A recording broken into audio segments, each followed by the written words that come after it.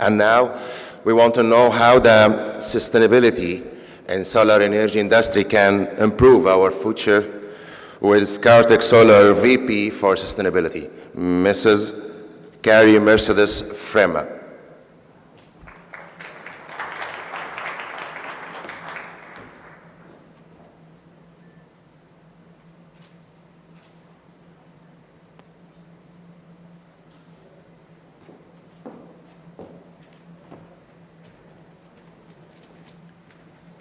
Salam. Your Excellencies, ladies and gentlemen, it's so great to see so many people interested in this subject. It has really been a drive of our company since we were established in 2007 to work with sustainable elements. Scatec Solar is, as my colleague Morten Langsholt was saying, a company which was established with the mere aim of providing renewable energy. And as such, it is a privilege to be in Egypt, which is the only country that I know of in the world, which has embedded renewable energy in its constitution. That is extremely advanced and extremely futuristic. So we are very, very excited to be,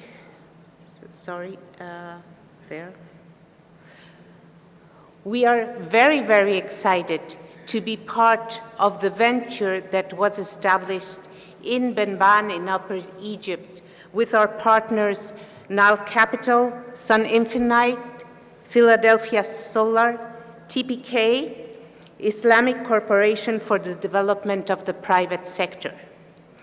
We are going to participate in one of the largest co-located solar installations worldwide. It will be 2 gigawatts of solar power in one sole location. This will have a huge, huge impact on every corporation involved, on the national society, and on every individual involved. I hope that every of the estimated thousands of people who are going to be involved in this project will get the same joy that I have had from working with renewable energy for many years. The total program in Benban is a unique model because since it is co-located, it requires partnerships. So very humbly, we are going in, and we are going in with the other co-developers, forming the Benban Developers Association in order to address the subject which is of this conference, the sustainability issues of this project, which will cover more than 5,000 football fields. So imagine the area this has. Ourselves and our partners do this in a very established network. For example, we comply with the Equator Principles and the IFC performance standards. But this is not just a mere piece of paper. This implies obligations for all the people who are involved. This means that we need to consult the society on site on how are we going to work together. This means we have to assess the effect of our actions. This means that we have to report on our actions. So these frameworks align our actions, and they align our activities in the field. Amongst others, Benban is located in a very fragile environment where water is scarce. And for that, very advanced water efficient methods of cleaning the solar power parks will be established. And this has been researched upon for more than 2 years now. In the parks where we are participating, we estimate that there will be 1,500 workers at peak time. That is a lot of people. And how are we going to organize that? We organized them in very structured and planned projects. We have a team of 35 people organizing the physical works of the people on site. But the work of people will not be concentrated only during the construction. We will use Egyptian work power during the whole value chain, during the operations as well. Some of them will be employed directly by our projects, but others will be on the second and third ring of influence. For example, there will be a lot of lawyers, there's administrative persons, there are engineers, there are electricians, we have project control specialists. So the whole Egyptian society is providing resources. We are very proud to say that we are always trying to use national resources. We have learned so much as a company from using the resources of the countries we are in. And we are so much looking forward to the lessons that the Egyptian people can teach us. For example, in South Africa, we have 3 solar plants in operations. We have 256 megawatt of plants to come. And they were built in 2013 and 2014. And the operation of assets is according to expectations. And in those plants, we had more than 98% of South African employees. We hope to beat this target in Egypt. In all those plants, we continue our presence even after construction, and we engage the local communities in them. I have personally been involved in talking to all the people to see how can we do this positive project for the people living there, for the people working there, and for the people operating the plants there. We have a very good experience, and at the same time, we are producing 422 megawatt hours, which correspond, for example, to 250,000 Egyptian households. To give you a reference, these plants total 190 megawatt. The plants in Egypt total 400 megawatt on our side. So it will be a massive impact, and we are going to avoid a lot of greenhouse gas emissions. As Morten was saying, this is in itself sustainable. In order to,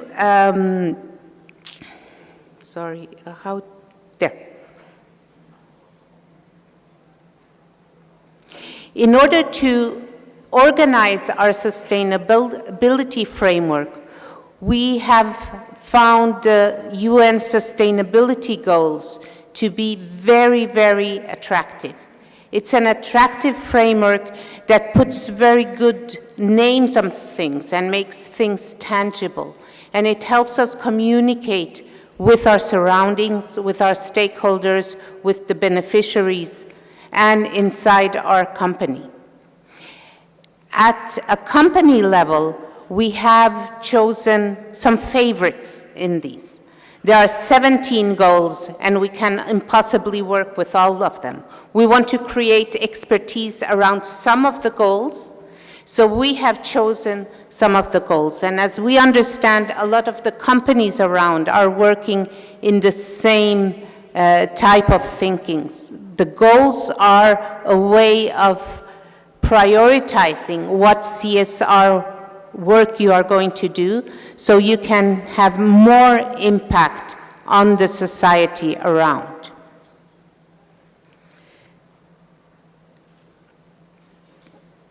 We have a global presence, and we have established a lot of projects which impact our communities directly.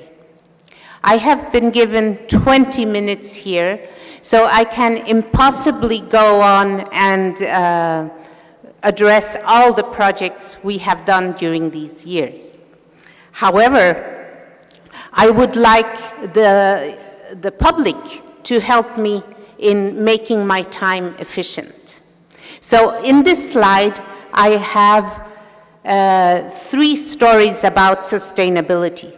I have one addressing the security, another about partnerships and dental health, and another one about empowering local entrepreneurs. So I would like you to vote and tell me how many want me to speak about story number 1. Raise your hands. 1, 2, yeah. Story number 2. Okay. And story number 3. Okay. Definitely. Story number 3. So for story number 3, I want to speak to you about Luvuyo. Luvuyo is a woman who lives in Philipstown. That's a town in South Africa near our projects. And she has all these administrative capacities and all these dreams on how she is going to get out of poverty. But this is very difficult, of course, as everybody being confronted to poverty has experienced. And she makes delicious food. However, if she wants to sell food to a company, she needs a hygiene license. If she wants to issue an invoice, she needs to be registered with the tax authorities. If she wants to provide for children's homes, she needs a sanitary permit. So what we have done is our local officers in South Africa have partnered with her, and they have helped her in all these small administrative tasks and help her come out. So now every time we have an event, for example, we ask Luvuyo, and she has to be competitive. She's not out of competition, so she needs to be competitive. But she is now in a position where she can access the market and access our market and other companies' market. And she has invested in new industrial kitchenware, and her business is slowly growing. And I think her 5 kids are very happy about that. And this is an example of how a big company can help a smaller company. And it's not necessarily about the money. The Luvuyo project in particular is not very expensive in amounts of money, but it helps Luvuyo filter around the maze and finding her way in the jungle of administration, and helps her fulfill her dream of providing catered food to companies.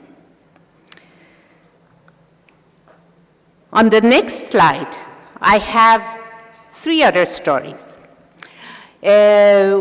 We speak about IFC compliance, but compliance is not only about IFC and performance standards.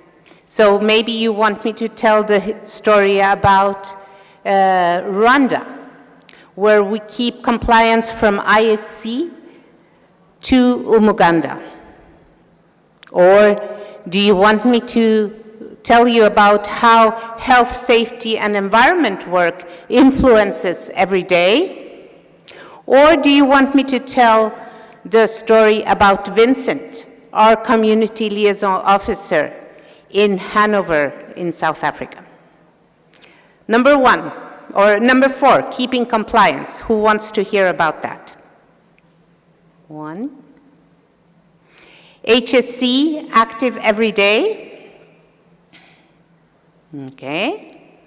And about Vincent. Okay, I think HSC, active every day, had the majority here.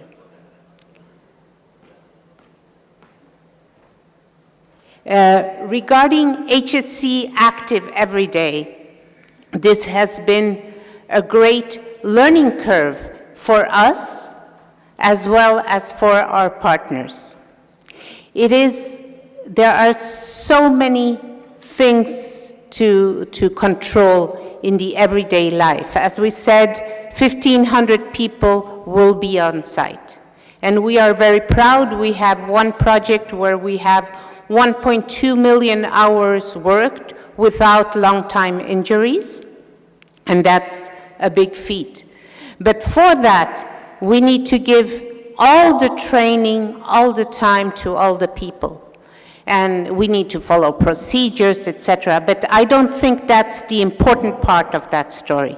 The important part of that story is the effect it has on the individual.